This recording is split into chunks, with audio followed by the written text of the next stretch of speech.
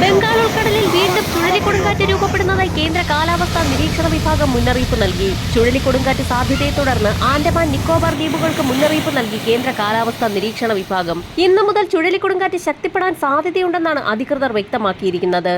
ഇതിനു പുറമെ ബംഗാൾ ഉൾക്കടലിൽ പുതിയ ന്യൂനമർദ്ദം രൂപപ്പെടുന്നതായും മുന്നറിയിപ്പിൽ വ്യക്തമാക്കിയിട്ടുണ്ട്. അടുത്ത 48 മണിക്കൂറിനുള്ളിൽ ഇത് വടക്കോട്ട് നീങ്ങുകയും തുടർന്ന് മ്യാൻമർ, ബംഗ്ലാദേശ് തീരങ്ങളിലൂടെ വടക്ക് പടിഞ്ഞാറ് ദിശയിലേക്ക് നീങ്ങാനും സാധ്യതയുണ്ടെന്ന് കാലാവസ്ഥാ വിഭാഗം അറിയിക്കുന്നു. വടക്കൻ കേരളത്തിൽ ഒറ്റപ്പെട്ടയിടങ്ങളിൽ ശക്തമായതോ നേരിയതോ ആയ മഴയ്ക്ക് സാധ്യതയുണ്ട്. ഇതിനു പുറമെ അറബിക്കടലിൽ കേരള തീരത്തിന് സമീപത്തായി പുതിയ ചക്രവാത ചുഴി രൂപപ്പെടുന്നതായി കാലാവസ്ഥാ നിരീക്ഷണ വിഭാഗം മുന്നറിയിപ്പ് നൽകിയിട്ടുണ്ട്. ഇതിന്റെ സ്വാധീനഫലമായി കേരളത്തിൽ ഇന്നു മുതൽ ഒറ്റപ്പെട്ടയിടങ്ങളിൽ ശക്തമായതോ നേരിയതോ ആയ മഴയ്ക്ക് സാധ്യതയുണ്ട്. വിവിധ ജില്ലകളിൽ കേന്ദ്ര കാലാവസ്ഥാ നിരീക്ഷണ വിഭാഗം യെല്ലോ അലർട്ട് അടക്കം പ്രഖ്യാപിച്ചു കഴിഞ്ഞു.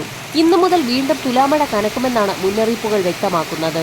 ബംഗാൾ ഉൾക്കടലിൽ ചുഴലിക്കൊടുങ്കാറ്റ് ശക്തി പ്രാപിക്കുന്നതിന്റെ ഭാഗമായി മുന്നറിയിപ്പിന്റെ പശ്ചാത്തലത്തിൽ വടക്കൻ ആൻഡമാൻ കടലിലും സമീപ തീരങ്ങളിലും മത്സ്യത്തൊഴിലാളികൾ കടലിൽ പോകരുതെന്ന് പ്രാദേശിക ഭരണകൂടം കർശനമായി നിർദ്ദേശം നൽകിയിട്ടുണ്ട്. ബോട്ടുടമകളും ദ്വീപ് നിവാസികളും വിനോദസഞ്ചാരികളും അതീവ ജാഗ്രത പാലിക്കണമെന്നും കടലിലെ വിനോദ പ്രവർത്തനങ്ങൾ ഒഴിവാക്കണമെന്നും നിർദ്ദേശം നൽകി. ഇതോടൊപ്പം തന്നെ തുലാമഴയെത്തിക്കുന്ന വടക്ക് കിഴക്കൻ കാറ്റ് കൂടുതൽ ശക്തി പ്രാപിക്കുന്നതായും മുന്നറിയിപ്പിൽ വ്യക്തമാക്കിയിട്ടുണ്ട്.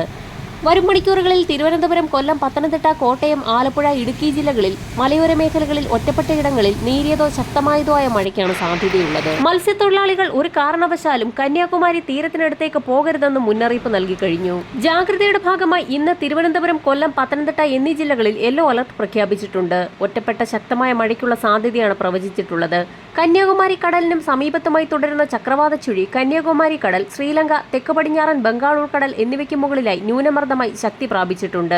അടുത്ത 24 മണിക്കൂറിനുള്ളിൽ വടക്ക് പടിഞ്ഞാറ് ദിശയിൽ സഞ്ചരിച്ച് ശക്തി കൂടിയ ന്യൂനമർദ്ദമായും തുടർന്നുള്ള 24 മണിക്കൂറിൽ ഇത് കൂടുതൽ ശക്തി പ്രാപിച്ച് തീവ്ര ന്യൂനമർദ്ദമായും ശക്തി പ്രാപിക്കാൻ സാധ്യതയുണ്ടെന്ന് കാലാവസ്ഥാ നിരീക്ഷണ വിഭാഗം മുന്നറിയിപ്പ് നൽകി. മലേഷ്യയ്ക്കും മലാക്ക കടലിടുക്കിനും മുകളിൽ സ്ഥിതി ചെയ്തിരുന്ന ന്യൂനമർദ്ദം തീവ്ര ന്യൂനമർദ്ദമായി ശക്തി പ്രാപിച്ചിട്ടുണ്ട്. അടുത്ത 48 മണിക്കൂറിനുള്ളിൽ പടിഞ്ഞാറ്, വടക്ക് പടിഞ്ഞാറ് ദിശയിൽ സഞ്ചരിച്ച് കൂടുതൽ ശക്തി പ്രാപിക്കാനും സാധ്യതയുണ്ട്. കനത്ത മഴ തുടരുന്നതിനിടയിൽ ആശങ്ക ഉയർത്തി മുല്ലപ്പെരിയാർ അണക്കെട്ടിലെ ജലനിരപ്പ് 140 അടിയായി ഉയർന്നു. സ്പിൽവേ ഷട്ടറുകൾ തുറക്കുന്നതിന് മുന്നോടിയായി തമിഴ്നാട് ആദ്യ പ്രളയ മുന്നറിയിപ്പ് നൽകി. വൈകിട്ട് 6:30യോടെയാണ് ജലനിരപ്പ് 140 അടിയിലെത്തിയത്. വെള്ളം കൊണ്ടുപോകുന്നത് തമിഴ്നാട് നിർത്തിവെച്ചതും കഴിഞ്ഞ ദിവസങ്ങളിൽ മഴ ലഭിച്ചതുമാണ് ജലനിരപ്പ് ഉയരാൻ കാരണമായിരിക്കുന്നത്. അണക്കെട്ടിലെ അനുവദനീയ സംഭരണശേഷി 142 അടിയാണ്. ഈ സാഹചര്യത്തിലാണ് ജലനിരപ്പ് 140-ലെത്തിയപ്പോൾ ആദ്യ പ്രളയ മുന്നറിയിപ്പ് നൽകി കഴിഞ്ഞത്. സ്പിൽവേ ഷട്ടറുകൾ തുറക്കേണ്ട സാഹചര്യമുണ്ടായാൽ തീരദേശവാസികൾ ജാഗ്രത പാലിക്കണമെന്ന് ജില്ലാ ഭരണകൂടം മുന്നറിയിപ്പ് നൽകി.